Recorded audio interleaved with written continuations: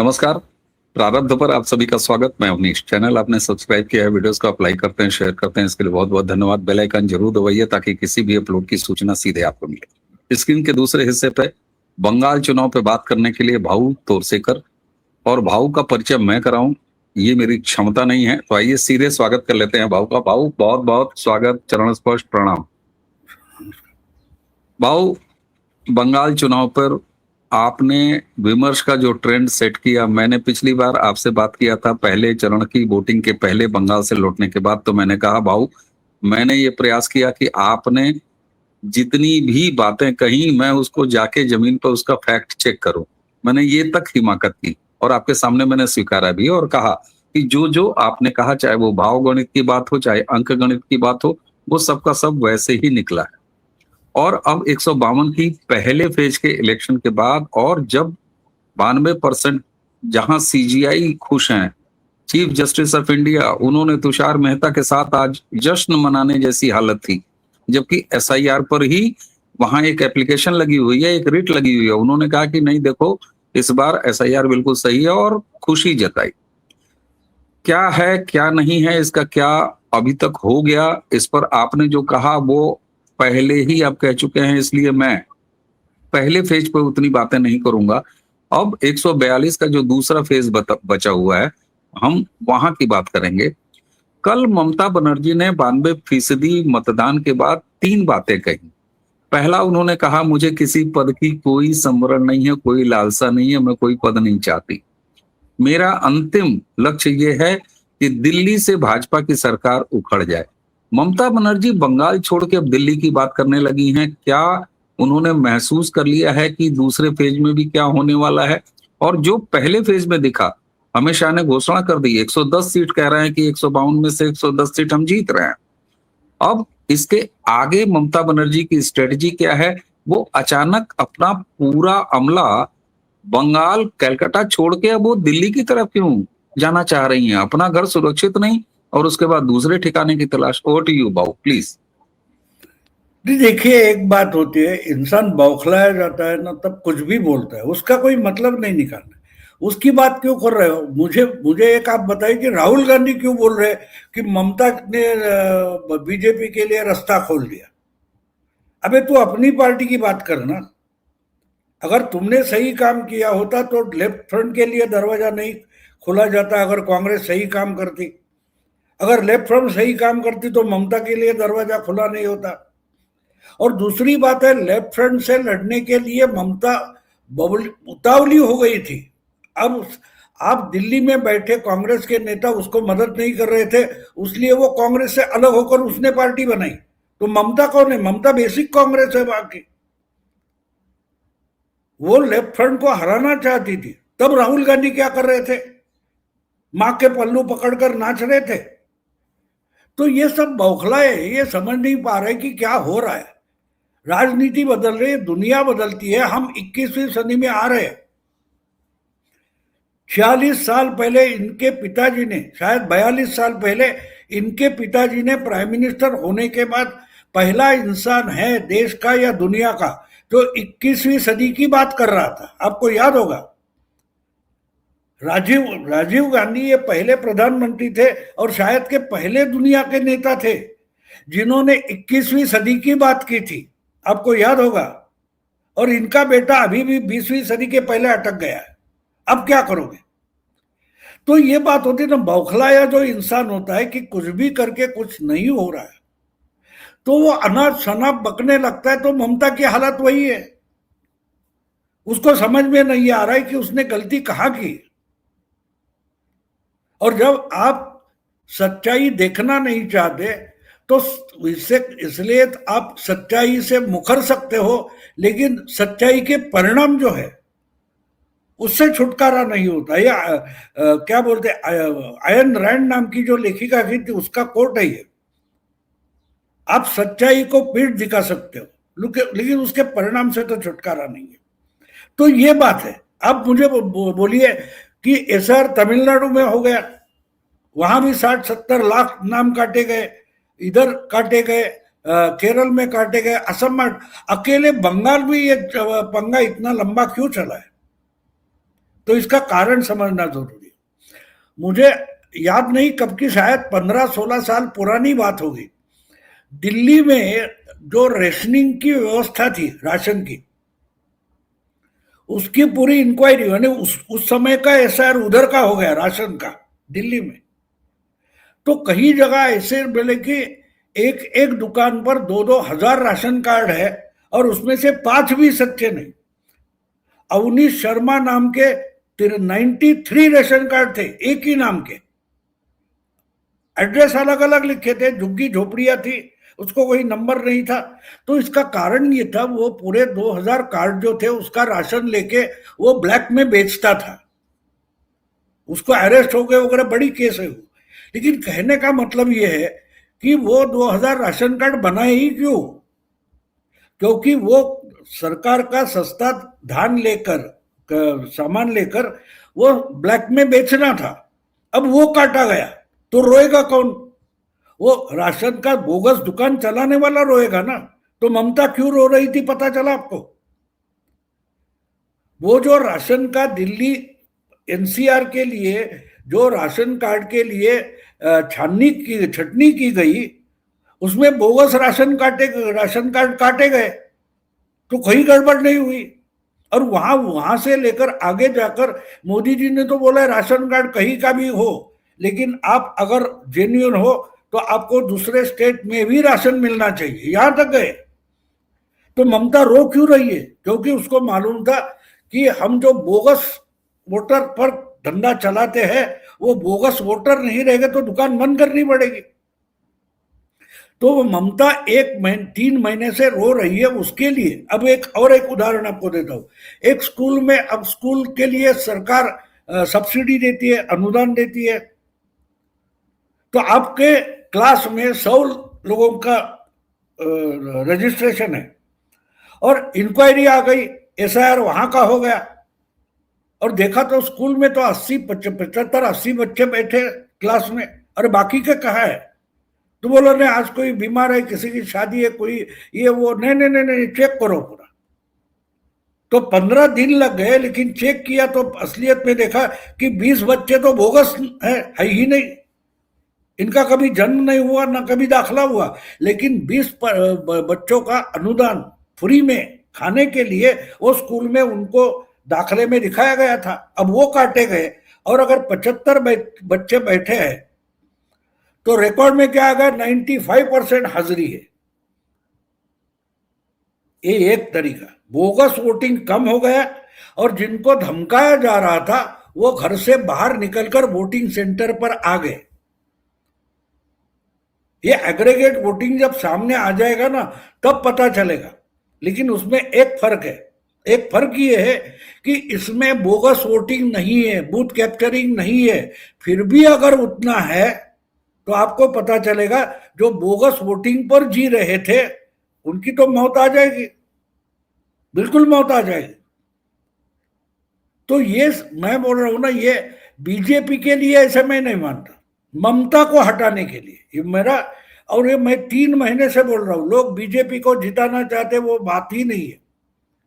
कोई आएगा उससे हमें मतलब नहीं, हमको ममता को हटाना है। आप वो वीडियो देखते हो ना, तो मैंने बार बार बोला है, मैं आपके वीडियो नहीं देखता, जब आप ग्राउंड रिपोर्ट करते हो मैं आपके रिपोर्ट नहीं देखता ना, आपकी सुनता हो।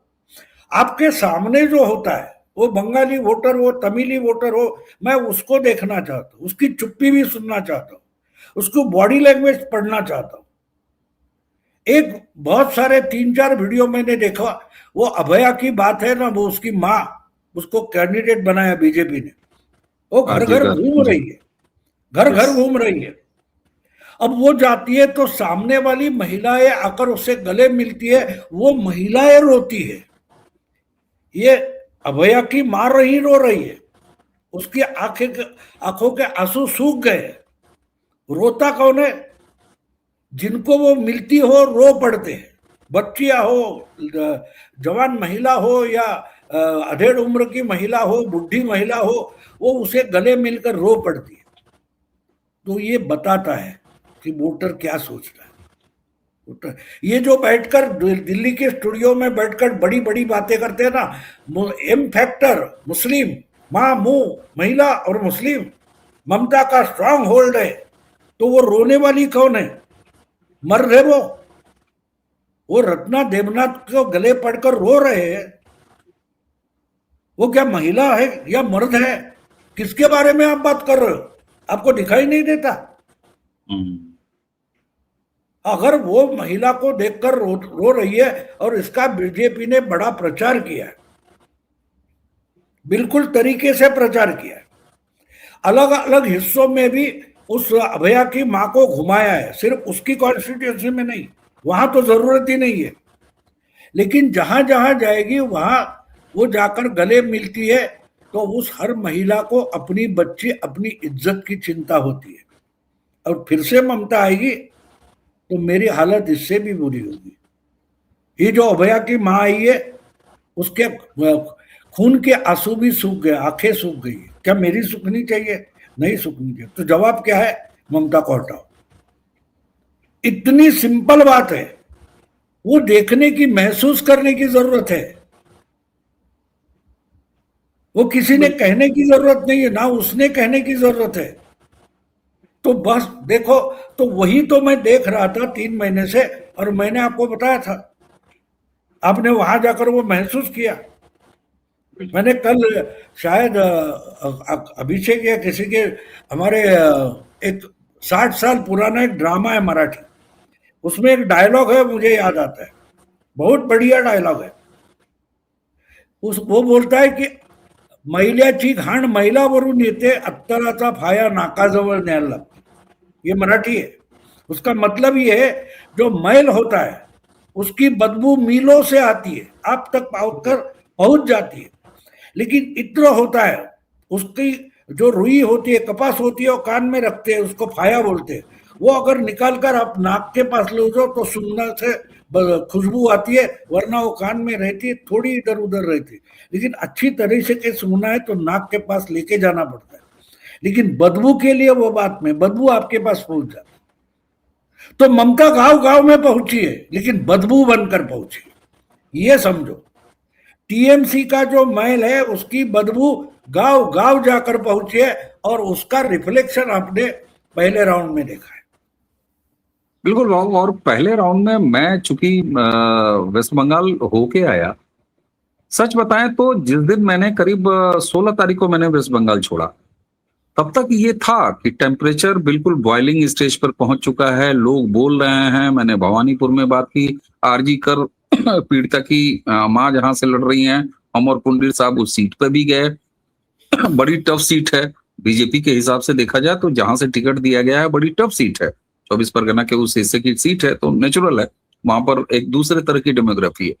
लेकिन भाऊ पिछले 5-6 दिनों में, यानी कल जब वोटिंग हुई है उससे 5 दिनों में एकदम से सुनामी आ गई। न सिर्फ वोटर बोलने लगा, क्लियरिटी आ गई, ममता को हटाना है, ये लाउड एंड क्लियर हो गया। ये अचानक 5 दिनों में, चाहे वो प्रवासी लौट लौट के आ रहे हों, वो भर भर के वीडियो बना रहे हैं, बंगाल से वीडियो आने शुरू हो गए, ये अद्भुत दृश्य था। हम महसूस जरूर कर रहे थे, लेकिन सच बताएं तो जो उद्गार फूटा है वो हम भी नहीं एसेस कर पा रहे थे। ये इतना ज्यादा तीव्र जो एक वोकल मामला हुआ है वेस्ट बंगाल में, जो कि वेस्ट बंगाल के लिए भी नया है, इसका क्या मतलब है, ये अचानक क्यों हुआ? तब फिर हम चलेंगे जरा दूसरे फेज पर। नहीं, ये अचानक नहीं हुआ। देखो, कुकर की सीटी नहीं बज रही है तो पहले गैस बंद कर दो, नहीं तो फटेगा वो सेफ्टी वॉल जो होता है ना, कुकर की सीटी का मतलब क्या होता है? कुकर की सीटी तब बजती है जब अंदर ज्यादा भाप बन जाती है, तो उसको निकालने के लिए सीटी रखी है। अगर वो नहीं बज रही है तो नीचे का गैस बंद कर देते कि भात बने ही ना। तो ये मुझे दिखाई दे रहा था, लोग बोल नहीं रहे, इसका मतलब कुकर की सीटी नहीं बज रही है, इसका मतलब ये फटने वाला है, जो 23 तारीख को फटा। पहले 2 घंटे में 18% वोटिंग हो गई, 4 घंटे में 41% हो गई, 6 12 घंटे बजे तक में 42। 6 घंटे में आसपास 65 के आसपास पहुंच गया था। तो मतलब क्या है, कुकर फटने वाला था, मुझे मालूम है। तो ये सिंपल, इसके लिए पॉलिटिकल साइंस नहीं, मैं बोल रहा हूँ फिजिक्स की बात है, ये फिजिक्स की बात है ना, ये पॉलिटिकल। लेकिन हम पॉलिटिकल साइंस में फिजिक्स कहां से लाए, ऐसे चुप बैठो भाई, फटेगा तो फटेगा। एक मीडिया ने जो दिखावा पैदा किया, तो अब एक बात समझो आप कि मीडिया में जो खबरें आती है, उस खबर को ही आप पूरी दुनिया की सच्चाई समझो तो गलत होगा। मुट्ठी भर चावल अगर आपको दिखाए, तो बोरे में सब वही चावल नहीं है, शायद आपको मिलावट करके बताया गया कि मुट्ठी भर चावल में आधे कंकड़ है, इसका मतलब पूरे बोरे में आधे कंकड़ नहीं है। वो खाली करो, चेक करो। तो हम क्या समझते हैं, जो असेसमेंट करने, एनालिसिस करने बैठते, वह हम खबरों पर निर्भर होते। 100% खबरें जो हमारे पास है उसको 100% समझते हैं, वो 2-3% होती है, 5% होती है, 90% उससे अलग है, 90% अलग है। तो हमारे सामने जिसने नमूना पेश किया है, क्या वो मिलावट का है, वो पहले चेक करना जरूरी है। मैं वो करता हूं, मुझे दिखाई देता है कोई दिव्य दृष्टि नहीं है, मैं पहले मानता हूं कि ये पेश कर रहा है नमूना है, मुझे बोरा खोल के दिखाओ क्या है। क्योंकि चावल दिखाएगा और रख के जाएगा साला गेहूं, वो तो नहीं चलेगा। तो मीडिया में चावल दिखाकर गेहूं बेचना शुरू हो गया था, वो मैं समझ रहा था। जी बिल्कुल, और वो इसीलिए समझ में भी आया। ममता का धीरज छूट गया। आप देखो, ममता के शब्द सुनो, उसकी बात सुनो, तो आपको समझ में आता है कि वो बंगाल तो गया है, कोलकाता गया है, अब मैं इसका बदला दिल्ली जाकर लूंगी, ये उसका कहने का मतलब है। अगर मुझे बंगाल से उखाड़ दोगे, मैं दिल्ली आकर तुमको उखाड़ दूंगी, समझे आप? तो कोलकाता कम बचाएगा भाई, दिल्ली तो बात की बात है। मोदी गुजरात उखाड़ने नहीं देता, ये सबक है जो ममता को समझ में ही नहीं आया। जब 2017 में गुजरात धोखे में था, मोदी प्राइम मिनिस्टर होने के बावजूद 27 मीटिंगें ली थी उन्होंने, क्योंकि उनको मालूम था गुजरात उखड़ गया तो दिल्ली गई उखड़ गई। तो ममता जो बोल रही है ना, उसका दिमाग ठिकाने पर नहीं है। कलकत्ता उजड़ जाने दो, मैं तो दिल्ली पहुंच जाऊंगी, ये पागल जैसी बात है। पूछो आप। बिल्कुल ठीक बात है। और भाऊ अब चलते हैं जरा दूसरे फेज की तरफ। 152 सीटों पर सबकी नजर थी, लेकिन दूसरा फेज भी कोई कम नहीं है, 142 सीटें वहां भी हैं। और कहा जाता है अब तक की परफॉर्मेंस पे कि भाई पहला फेज जो है वो बीजेपी के लिए मजबूत कड़ी थी और दूसरा फेज जो है वो कमजोर कड़ी है। लेकिन बीजेपी के लिए जो मजबूत कड़ी कही जाती थी, वहां से भी तो 58 सीटें ही आई थी। कौन सी मजबूत कड़ी?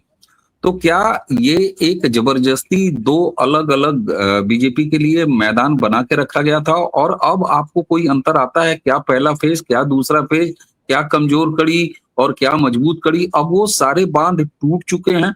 और क्या बंगाल एक बार फिर अपने उसी पुराने ट्रेंड की तरफ जा रहा है कि वो कभी 10-20 विधायकों का अंतर नहीं रखता, जिसको सत्ता से हटाता है? और आपकी बात ध्रुव सत्य है कि बंगाल, मैं तो लगातार आपसे सीख के ये बात कह रहा हूं कि बंगाल कभी भी किसी को सत्ता में लाने के लिए मत नहीं करता, बल्कि सत्ता से हटाने के लिए मत करता है। 25 साल के बाद कांग्रेस के साथ किया, 34 साल के बाद लेफ्ट के साथ किया, 15 साल के बाद वही नंबर इस बार तृणमूल का नजर आ रहा है।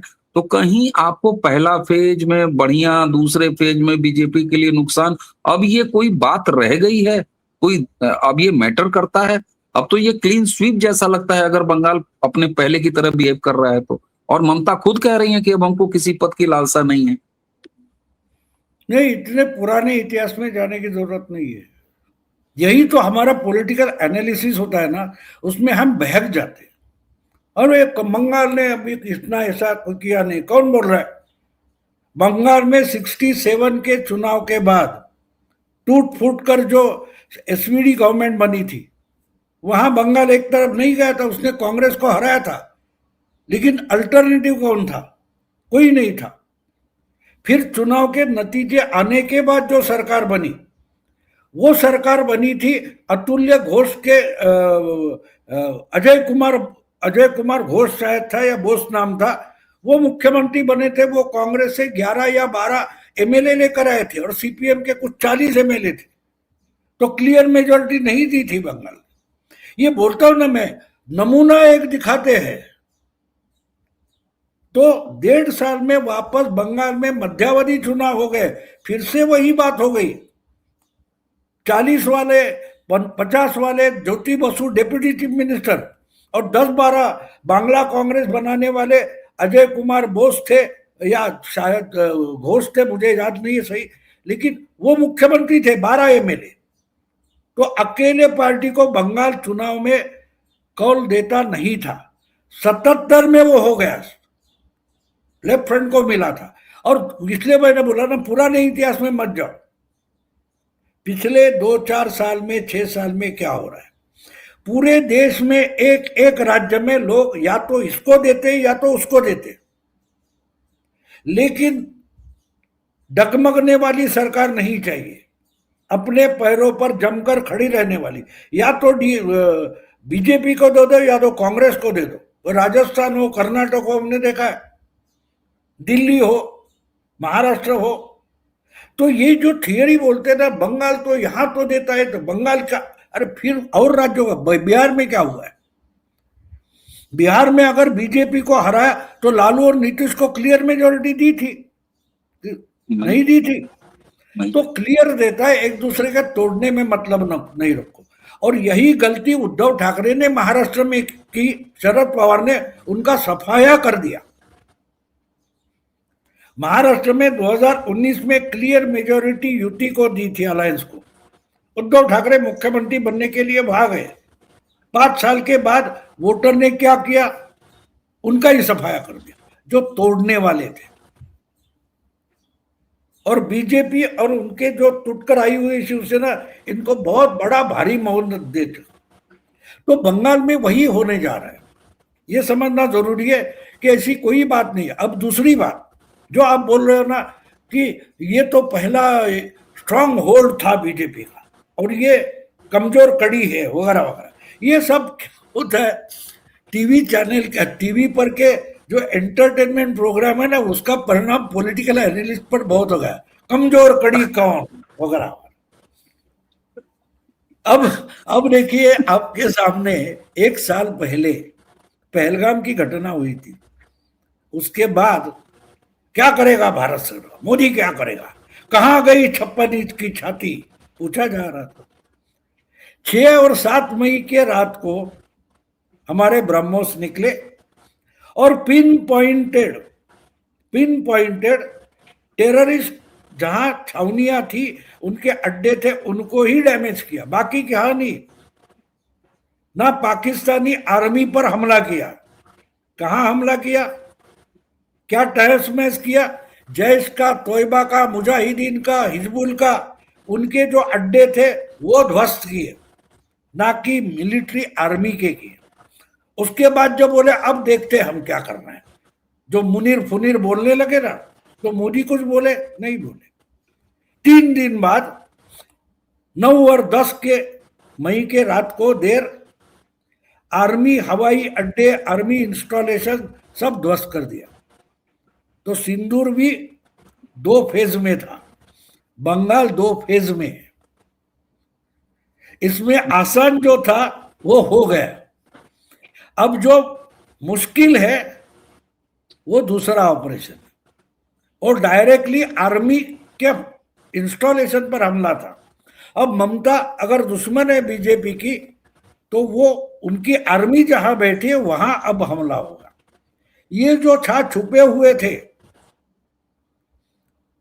वो जो टेररिस्ट होते हैं वो बस्ती में छुपे हुए थे ना, रिहायशी में। तो ये पहला फेज था, वो ऑपरेशन सिंदूर का पहला फेज, पहला भाग था। दूसरा भाग जो है वो अब होगा 29 को। तो ये सिंबॉलिक है, लेकिन वो देखने की नजर चाहिए। मुश्किल था कि देखो हमने क्या दिखाया कि हमको लड़ना नहीं है, हमको नुकसान नहीं करना है, हमको डैमेज नहीं करना है, हमको जिनकी तकलीफ है उस टेररिस्ट पर हमला किया है। अगर पाकिस्तान को मस्ती है तो ठीक है, वो भी कर लेते हैं। तो अब बच्ची कुची ममता अगर दिल्ली उखाड़ने की बात कर रही है तो पाकिस्तान भी अमृतसर ध्वस्त करने की बात कर रहा था, ये भूलो मत। ममता मुनीर की भाषा बोल रही है, ममता शाहबाज शरीफ की भाषा बोल रही है, तो हालत क्या होगी है मुझे बताने की जरूरत नहीं है, बिल्कुल जरूरत नहीं है। क्योंकि ये समझ नहीं पाए कि ब्रह्मोस क्या है। ब्रह्मोस क्या है? जब बंगाल का चुनाव चल रहा था तो संजय दीक्षित हो या ओमकार चौधरी, उनके पॉडकास्ट में मैंने बोला था इस चुनाव में बंगाल के लिए ब्रह्मोस लगाए जा रहे हैं। कहां लगाए जा रहे हैं किसी को पता नहीं है। तो ब्रह्मोस छूटे और अब ध्वस्त करते जा रहे हैं। तो ये आपको लगेगा भाऊ क्या मजाकिया बोलता है, बहुत सारे लोगों को लगता है। मैं सरकास्टिक हूं नहीं, मैं उस रणनीति को इस रणनीति से कंपेयर करके देखता हूं, तो उसमें आसान जवाब निकल आते। मैं पॉलिटिकल थियोरी में फंस जाऊंगा तो जंजाल से निकलने वाला नहीं। मुझे अगर समझना है, दूसरों को समझाना है, तो पहले मुझे समझना जरूरी है। और जितना मैं समझने की कोशिश करता हूं तो उसके लिए आसान उदाहरण ढूंढ लेता हूं। और इसलिए ये देखो कि फेज 1 फेज 2 ऑपरेशन सिंदूर में भी फेज 1 फेज 2 मामला खत्म। इतना कमजोर करके रखा है कि पाकिस्तान जवाब देने की हिम्मत नहीं रखता, ना बात कर सकता है ना। बिल्कुल। हवाई अड्डे अभी भी डैमेज हुए, वो दुरुस्त नहीं कर पाए। तो इस चुनाव के बाद ममता का क्या डैमेज होने वाला है वो सोचो। मुस्लिम बहुल इलाके जो है वो भी ध्वस्त हो जाएंगे। इसका मतलब साफ है कि जो मुस्लिम वोट बैंक नाम का एक मिथक है वो खत्म हो जाएगा।